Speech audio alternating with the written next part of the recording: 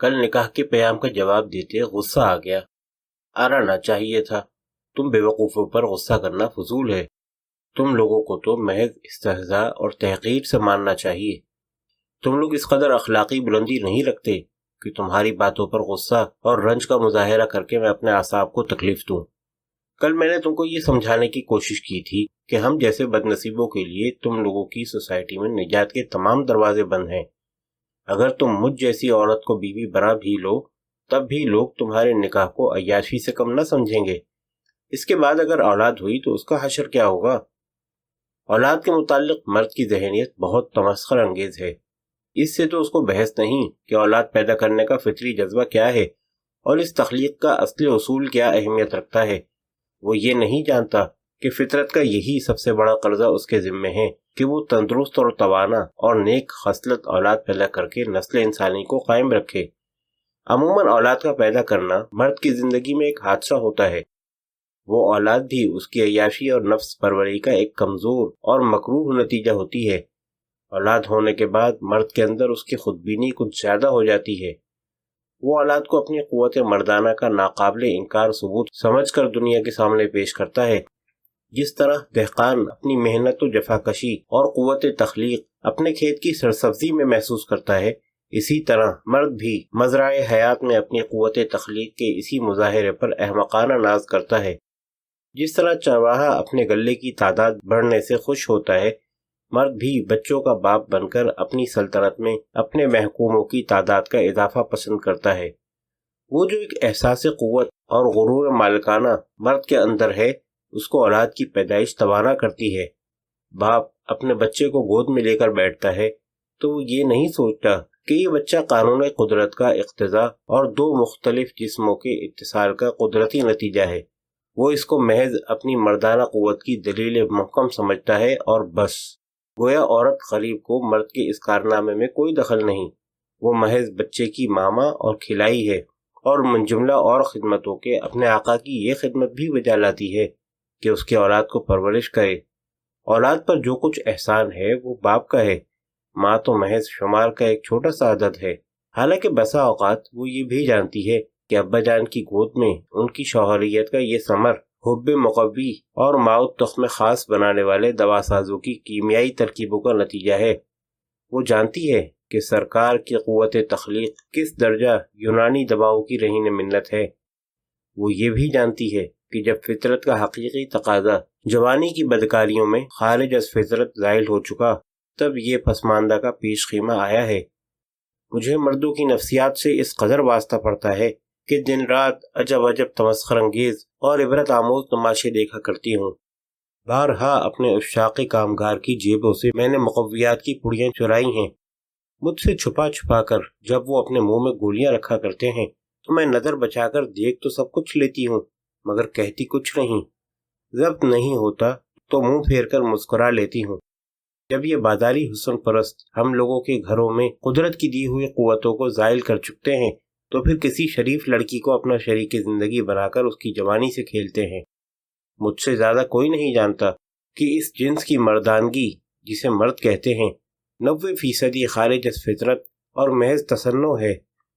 مرد اور عورت کا جو جذبہ فطری محض توالد و تناسل کے لیے فطرت نے پیدا کیا، وہ جذبہ جدید تمدن اور اخلاق کی مصنوعات میں تقریباً فنا ہو گیا اور اس کے بجائے ایک مصنوعی خواہش کے جراثیم دماغوں میں پیدا ہو گئے جو غیر فطری ہوس پیدا کرتے ہیں۔ فطرت کا وہ تقاضائے صادق جو عورت و مرد کے اتصال کی سب سے مضبوط کڑی ہے، تمہاری ہوس کاریوں کی نظر ہو گیا۔ جوانی کے تمام فطری تقاضوں کو اپنی عیاشی میں فنا کر کے اب جو تم نکاح کرنے چلے ہو تو سوائے اس کے کہ سائنس اور طب کے سہارے 2-4 لولے لنگڑے کانے کھترے روتے بسورتے ہوئے مریض اور ناتواں بچے پیدا کر لو، اور کیا کر سکتے ہو؟ تم مردوں کی حقیقت حال تو یہ ہے، اور پھر تمہارا فریب اور غرور شوہر اور باپ بننے کا مدعی ہے۔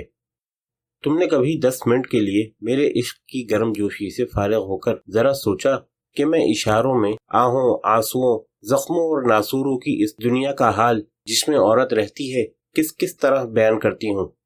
مگر تم مردوں کو اکثر و پیش یا افتادہ حقائق کا احساس نہیں ہوتا، ایسے اندھے ہو؟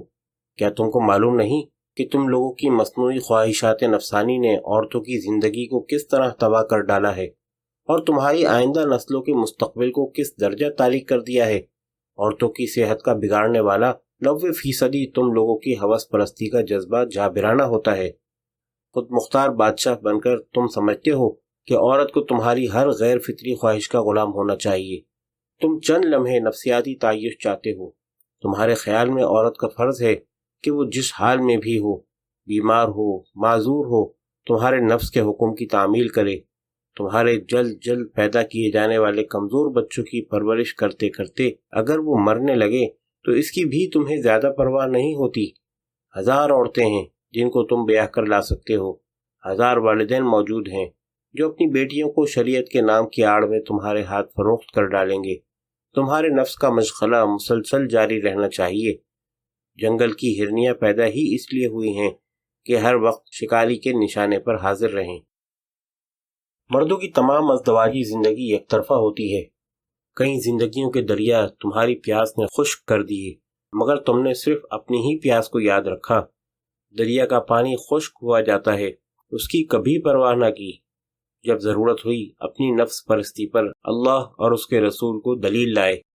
روتی بسورتی بیمار اپاہج اولاد کی کثرت بھی تمہارے خیال میں گویا اللہ پر تمہارا ایک احسان ہے کہ امتی محمدی کی تعداد کا بڑھانا ہر مسلمان کا فرض ہے۔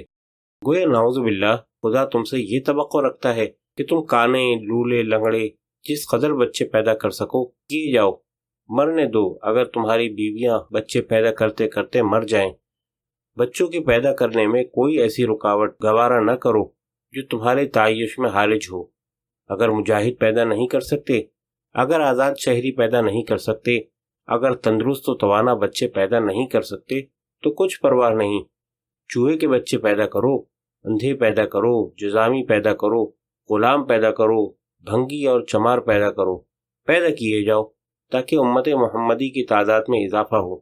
کبھی تم نے میرے ہونے والے شوہر اس پر بھی غور کیا کہ تمہاری جنس کے کتنے افراد اس زمانے میں ایسے ہیں جو اپنی بیویوں اور اولاد کو اپنی بدمعاشیوں سے حاصل کیے ہوئے متعدی امراض میں حصہ دار بناتے ہیں اور اپنے گناہوں کی وراثت اس طرح آنے والی نسلوں کو بخش دیتے ہیں۔ یہ لوگ دیدہ و دانستہ شادیاں کرتے ہیں، اولاد پیدا کرتے ہیں اور سمجھتے ہیں کہ یوں ہی ہوا کرتا ہے، یوں ہی ہونا چاہیے۔ بیویاں مرا ہی کرتی ہیں، مرد امراض خبیثہ میں مبتلا ہوا ہی کرتے ہیں۔ پھر کیا شادی بیاہ کا سلسلہ بند کر دیا جائے؟ جب ازدواجی زندگی کی بوجھل گاڑی نہیں چل سکتی اور مرد کی ہوسناکی کے مظلوم شکار دم دے دیتے ہیں تو مرد کس قدر روتا اور چلاتا ہے، ہائے میرا گھر تباہ ہو گیا، ہائے میں اکیلا ہو گیا۔ چند روز تو اس قدر چیختا چلاتا ہے گویا عنقریب وہ بھی مرحومہ کی قبر میں اپنا گھر بنا لے گا، لیکن 2-3 ماہ بعد ہی عقد ثانی کی گفتگو شروع ہو جاتی ہے۔ کہتا ہے کیا کروں، روٹی پانی کی تکلیف ہے، دوسرے نکاح پر مجبور ہوں، نہ کروں تو کیا کروں، بچے بے آرام ہو گئے، تنہائی میرے لیے عذاب جان ہے۔ حالانکہ ان عذرات کے پردے میں نفس کا ایک شدید تقاضا روپوش ہوتا ہے جو 70-80 برس کے بوڑھوں کو بھی عقد ثانی پر بآسانی آمادہ کر لیتا ہے۔ مرد کے لیے تو عقد ثانی اس قدر ضروری ہے، مگر شرفا کے گھروں میں بیوہ کی شادی کا سوال اب تک بہت معیوب ہے۔ یہ سب پیش یا افتادہ حقائق ہیں، تم نے کبھی غور نہ کیا ہوگا، مگر میں خوب جان گئی ہوں مرد کی مکاریوں کو۔